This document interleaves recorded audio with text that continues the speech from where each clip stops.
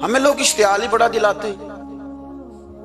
میرے رسول کریم صلی اللہ علیہ وسلم کا کمال یہ ہے کہ رسول پاک کو کبھی اشتعال نہیں آیا، اور بھائی حضور کو کبھی اشتعال، بول کے بتائیے، اشتعال چھوڑ دو۔ ہم محتاج ہیں نبی پاک کے، ہم نے جو سیکھنا ہے اپنے نبی سے سیکھنا ہے۔ وہ اگر زندگی میں آپ نے اشتعال چھوڑ دیا، بہت سارے لوگ دانا پھینکنے آتے ہیں، وہ پھینک کے چلے جاتے ہیں، ہم پیچھے سے لڑتے رہتے ہیں۔ اگر آپ اشتعال چھوڑ جائیں، دیکھو حضور کے میلاد پر میں نے کیا بات چھیڑی ہے، بڑی ضروری سمجھی ہے تو چھیڑی ہے۔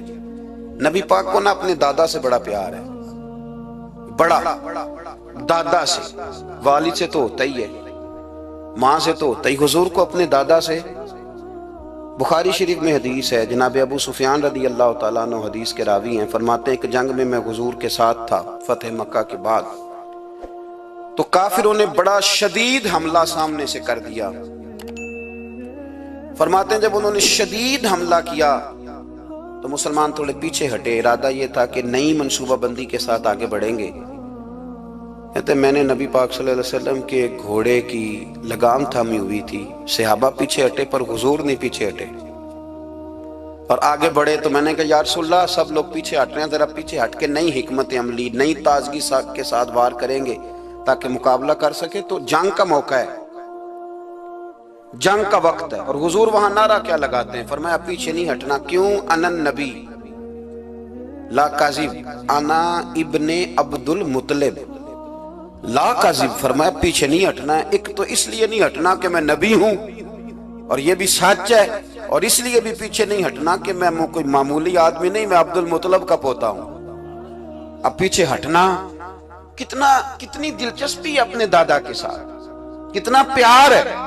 ضروری نہیں دادا پی ایچ ڈی ہو تو پھر ہی پیار کیا جائے، یہ بھی ضروری نہیں کہ دادا کروڑ پتی ہو تو پھر بھی پیار کیا جائے، یا دادا پیر ہو، صوفی ہو، عالم ہو تو پھر ہی پیار کیا جائے۔ ماں باپ تو ماں باپ ہی ہوتے ہیں، ماں باپ تو ماں باپ ہوتے ہیں۔ مجھ سے کوئی کہے میں اپنی اماں پہ 6 جلدوں میں کتاب لکھ سکتا ہوں، میں ذمہ داری سے کہہ رہا ہوں، وضو کے ساتھ بیٹھا ہوں، اگر کبھی اللہ مجھے موقع دے تو میں کئی جلدوں میں اپنے والد پر کتاب لکھ سکتا ہوں۔ یہ ضروری تو نہیں کہ ماں باپ پڑھے لکھے ہوں تو پھر ہی ان پہ لکھا جا سکتا ہے۔ ماں اگر اپلے بھی تھاپتی ہو نا، اسے الف با تا سا نہ بھی دیکھ کے پڑھنا آتا ہو تو بیٹے سے پیار کتنا کرنا ہے یہ اسے آتا ہوتا ہے، یہ اللہ اسے دے کے بھیجتا ہے، اس کے لیے کسی پی ایچ ڈی کی ضرورت یہ اسے پتہ ہوتا ہے، یہ اللہ تعالیٰ اس کے سینے میں پہلے اتارتا ہے۔ نبی پاک صلی اللہ علیہ وسلم کو بڑا پیار ہے، انا ابن عبد المطلب، اور میں کوئی معمولی آدمی نہیں، میں عبد المطلب کا پوتا ہوں۔ یہ جنگوں میں حضور اعلان کرتے۔ اب دوسری کتاب دیکھی الوفا شریف میں اور شفا شریف میں حدیث ہے، حضرت عمر فاروق راوی ہیں، فرماتے میں کھڑا تھا، یہودیوں کا ایک بہت بڑا عالم ہے، زید بن دسنا اس کا نام ہے، حضرت بلال حبشی رضی اللہ تعالیٰ عنہ فرماتے ہیں کہ جب کہیں ضرورت پڑتی تھی تو ہم لوگوں سے قرضہ لیتے تھے۔ وہ ایک دن مجھے کہنے لگا مجھ سے قرضہ لے لیا کرو، میرے پاس پیسے پڑے ہوتے ہیں۔ میں نے اس سے قرضہ لے لیا نبی پاک صلی اللہ علیہ وسلم کے مہمانوں کے لیے، کیونکہ میری ذمہ داری تھی مہمانوں کی دیکھ بھال۔ آپ فرماتے ہیں کہ ابھی اس کے حضرت عمر فرماتے ہیں کہ وعدے میں 3 دن باقی تھے، میں حضور کے ساتھ تھا، وہ عالم تھا یہودیوں کا، تورات جانتا تھا، تو چوک میں اس نے کھڑا کر لیا اور کھڑا کر کے کہنے لگا نبی کریم صلی اللہ علیہ وسلم سے کہ میرے پیسے دیں۔ تو حضور صلی اللہ علیہ وسلم نے فرمایا کہ ابھی تو 3 دن باقی ہیں وعدے میں، انشاءاللہ وعدے پہ دے دیں گے۔ میں نے جو مضمون چھیڑا ہے وہ میں نے مکمل کرنا ہے، آپ میری بات پہ توجہ کرنا۔ میں کہہ چکا ہوں کہ حضور کو دادا سے بڑا ہی پیار ہے۔ اب وہ یہودیوں کا عالم کیا کہتا ہے نبی پاک کو، تانا کس طرح دیتا ہے، معاذ اللہ ثم معاذ اللہ، نقل کفر نہ باشا۔ جب حضور نے کہا نا ابھی 3 دن باقی ہیں تو کہنے لگا جی معاذ اللہ ثم معاذ اللہ، پھر معاذ اللہ، کروڑ دفعہ معاذ اللہ۔ کہنے لگا جی عبد المطلب کی اولاد کا طریقہ یہ ہے، پیسے لے لیتے ہیں پھر واپس نہیں کرتے، ہے نا اشتعال والی بات۔ یعنی ویسے ہی آپ کسی کو کہیں کہ تیرے دادے کی اولاد ساری کا طریقہ ہی وہ گرم ہو جائے گا، اور اگر یہ کہہ دیا جائے اس ذات کے بارے میں جس سے آپ پیار بھی عشق کی حد تک کرتے ہوں، تو اب تھپڑ تو بنتے ہیں نا 4، اب ڈنڈا تو بنتا ہے نا۔ لیکن میرے نبی پاک اشتعال میں نہیں آتے تھے، مزاج نہیں تھا رسول کریم کا۔ نبی کریم صلی اللہ تعالی علیہ وسلم اتنی بڑی بات کر دی کہ حضرت عمر کہتے ہیں میں نے یوں کر کے تلوار پہ ہاتھ رکھا، نکال لی نیام سے باہر، گردن اڑاؤں گا اس گستاخ کی۔ رسول کریم نے فرمایا عمر یہ تو کیا کر رہا ہے؟ تیرے تو ذمہ یہ تھا کہ تو اسے نرمی کا کہتا اور مجھے پیسے دینے کا کہتا۔ اب اس طرح کر، اسے فلاں جگہ لے جا، وہاں کھجوریں پڑی ہیں، تول کے دے دے، چل 2 کلو زیادہ بھی دے دینا۔ حضرت عمر فاروق رضی اللہ تعالیٰ عنہ کہتے ہیں میں نے کہا حضور زیادہ کس بات کی، میں تو پوری بھی ذرا ناپ تول کے دوں گا، اور احتیاط سے کس بات کی زیادہ، اس نالائق کو زیادہ دوں؟ تو حضور فرمانے لگے زیادہ اس لیے دینی ہے کہ تو نے اسے ڈانٹا ہے، تو نے تلوار دکھائی ہے، اب 2-3 کلو زیادہ دینی۔ حضرت عمر کہتے ہیں میں لے گیا، میں نے 2-3 کلو کھجوریں زیادہ دی، پر وہ میرے اندر جو اس کے بارے میں کوفت تھی وہ جاتی نہیں تھی، میرا دل کرتا تھا کاٹ ڈالوں اسے، اور جب میں نے دے لی نا تو میرے قریب آیا، میرے گھٹنے پہ ہاتھ رکھا۔ آنسو بڑے قیمتی ہوتے ہیں، ایک کبھی نکلتے ہیں، کہتے ہیں جب میرے گھٹنے پہ اس نے ہاتھ رکھا تو وہ یہودیوں کا عالم رو پڑا، کہنے لگا عمر تیرا کیا خیال ہے کہ میں بلا وجہ یہ میں نے بات کر دی؟ کہا نہیں، تو روتا کیوں ہے؟ پہلے بے ادبی کرتا ہے اب روتا ہے؟ تو کہنے لگا عمر میں کوئی معمولی آدمی نہیں، میں پڑھا لکھا بندہ ہوں، معمولی ہوتا تو جلدی مان جاتا، میں تورات کا، انجیل کا، زبور کا عالم ہوں، میں نے آخری نبی کی ساری صفتیں اپنی کتابوں میں پڑھی ہیں، میں نے ساری باتیں چھپ چھپ کے نبی پاک میں دیکھ لی تھی، ایک بات میں نے حضور کی آزمانی تھی ابھی، وہ یہ تھا کہ نبی پاک کے سامنے جتنی بھی جہالت کرو گے نا، اللہ کے رسول کا حلم اس پر غالب آ جائے گا، حضور کا صبر اس پر غالب آئے گا۔ میں نے نا آج وہ آزمانا تھا، اور میں نے نا سازش کر کے بلال کو پیسے دیے تھے، اور میں نے سازش کر کے 3 دن پہلے مانگے تھے، پر عمر تجھے مبارک ہو، میں نے تو آزما کے مانا ہے، تو بغیر آزمائے محمد عربی کا غلام بن گیا ہے، اب لے جا، مجھے معافی بھی دلا، اور نبی پاک صلی اللہ علیہ وسلم کی غلامی بھی میرے لیے، اس سند پہ بھی تو میرے ساتھ شامل ہو۔ زندگی میں اشتعال نہ اپنے آپ کو آنے دے۔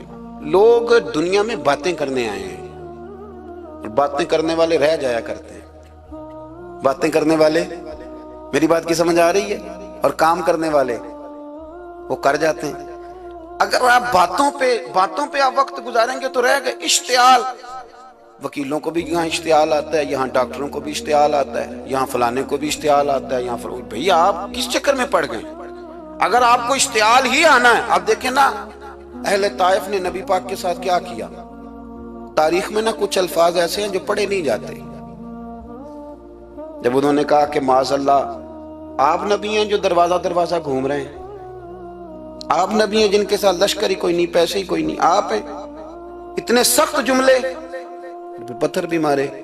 اشتعال تو 1.5 منٹ میں آ جاتا ہے بندے کو، اور ہمارے ہاں تو رہ بھی صرف اشتعال ہی گیا ہے، صرف اشتعال ہی ہے، جس کو دیکھو اسے اشتعال ہے، ادھر بھی لڑائی، ادھر بھی دنگا، ادھر بھی فساد۔ بھئی آپ چھوڑیں۔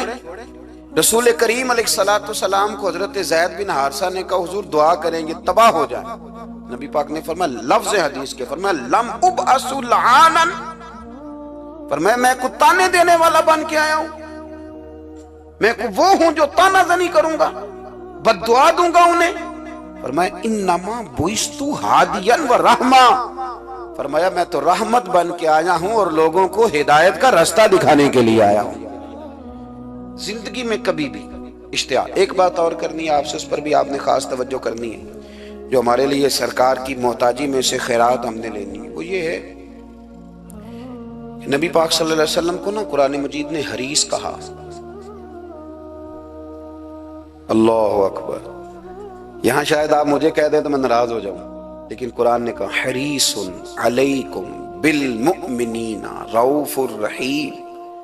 اللہ کرے کہ ہم قرآن کے الفاظ پر غور کریں۔ حریص علیکم، اے میرے محبوب کے غلاموں، نبی پاک صلی اللہ علیہ وسلم نا تم پر حریص ہیں، یعنی تمہاری بھلائی چاہنے میں جلدی کرتے ہیں، تمہاری بھلائی چاہنے میں۔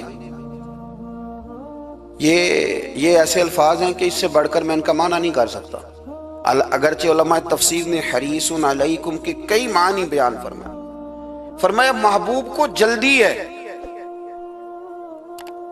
بیٹا بھی اماں سے کہتا ہے اماں آہستہ آہستہ ہی میری ترقی ہوگی نا، اب مرید بھی پیر صاحب سے کہتا ہے حضرت صاحب ہوں میں شروع کرتے لئیے سویرے اٹھتے پہنا تے اے میں ہولی ہولی کر کے داڑھی، مجھے تو خیر بہت سارے کہتے ہیں، اس لیے ایک میرے سنگی ہیں اللہ تعالیٰ انہیں جزائے خیر دے، وہ جنوبی پنجاب سے ہیں تو وہ سرائکی ہیں۔ اب ہمیں اللہ نے یہ اعزاز دیا ہوتا ہے کہ ہمارے پاس ہر زبان کا بندہ ہوتا ہے، اس لیے کئی دفعہ اپنی زبان بھی گڈ مڈ ہو جاتی ہے کیونکہ سب سے بات کرنی ہوتی ہے نا جی۔ تو مجھے کہنے لگے ایک دن فون کر کے پیر صاحب مبارک ہوئے، میں نے کہا جی خیر مبارک، کیا ہوا؟ کہنے میں ان چھوٹی چھوٹی داڑھی رکھ لئی اللہ دے فضل نہ۔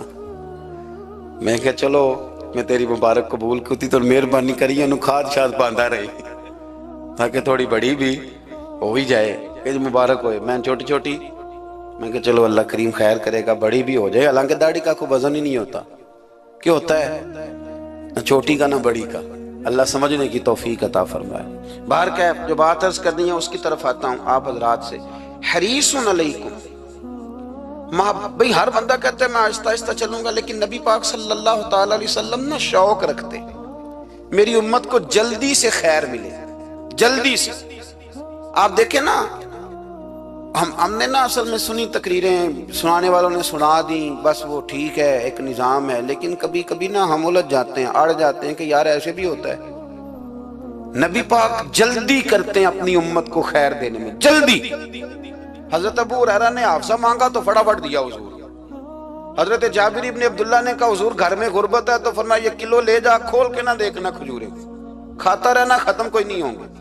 جس نے جو مانگا نا جو ذرا جلدی کر کے، مرنا ہے پھر قبر میں جانا ہے، پھر قیامت تک قبر میں لیٹنا ہے، پھر قبر سے اٹھنا ہے، وَإِذَا الْقُبُورُ بُعْثِرَتْ عَلِمَتْ نَفْسٌ مَا قَدَّمَتْ وَأَخَّرَتْ، پھر وہاں سے اٹھ کے حساب دینا ہے، حساب کے بعد جنت دوزخ کا فیصلہ ہونا ہے۔ اور میرے نبی پاک صلی اللہ علیہ وسلم کو بڑا شوق ہے امت جلدی جلدی جنت میں جائے، لہذا فرمایا ابو بکر تو بھی جنتی ہے۔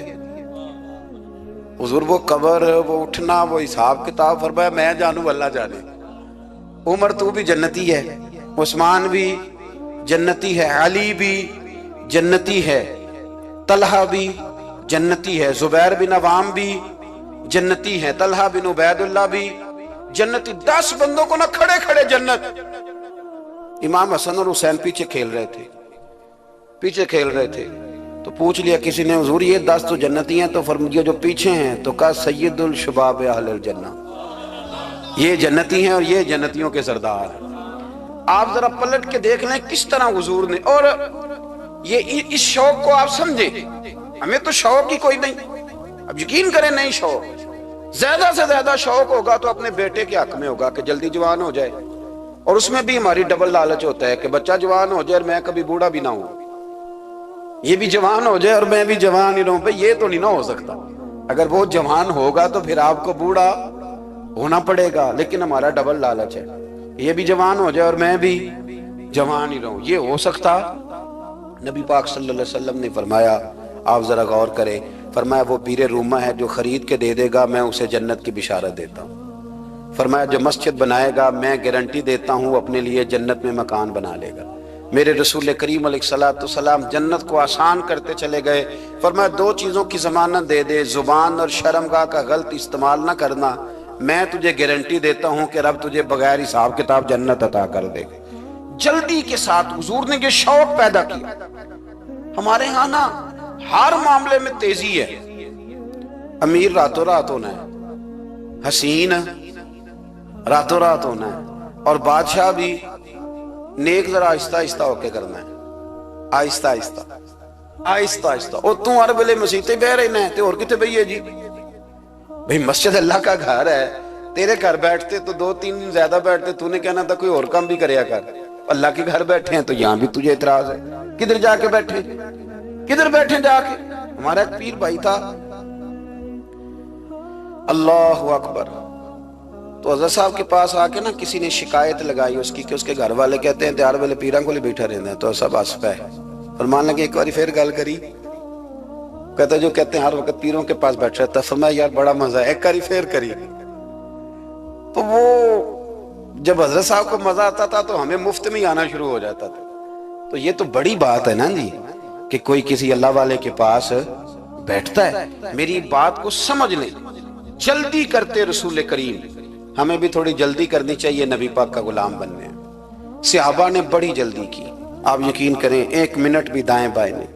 بس آج حکم آیا، آج ختم، آج ہی عمل ہوگا.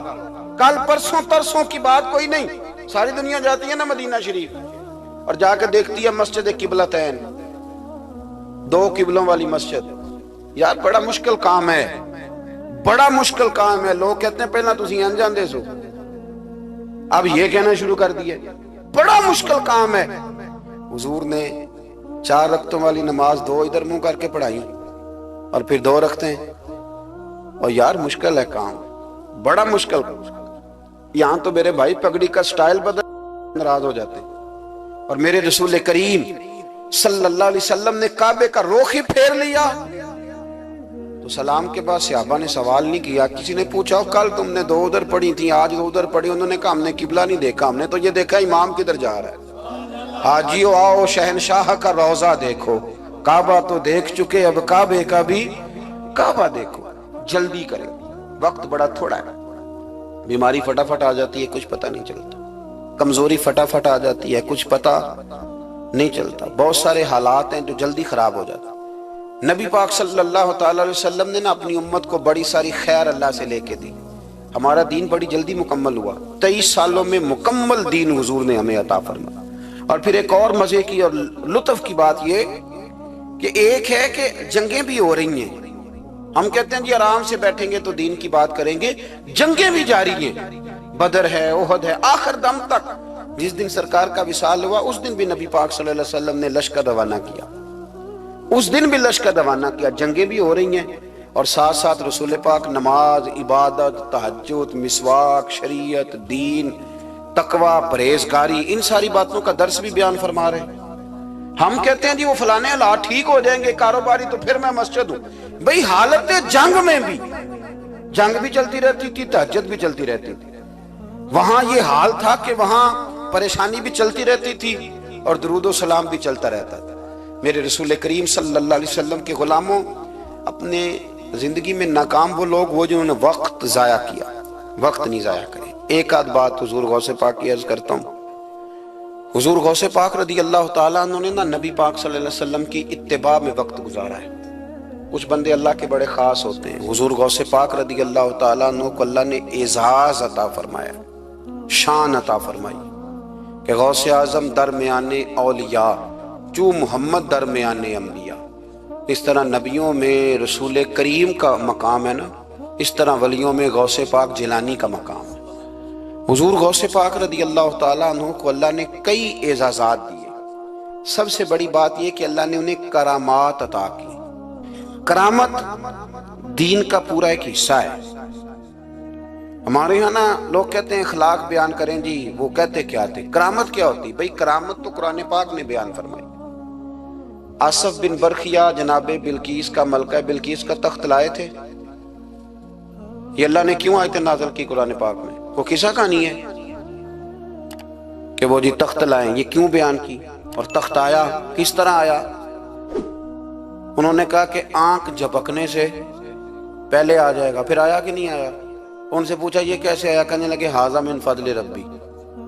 او سنگیو، صرف حضرت سلیمان علیہ السلام کا امتی تخت لا سکتا ہے، نبی پاک کا غلام نہیں لا سکتا.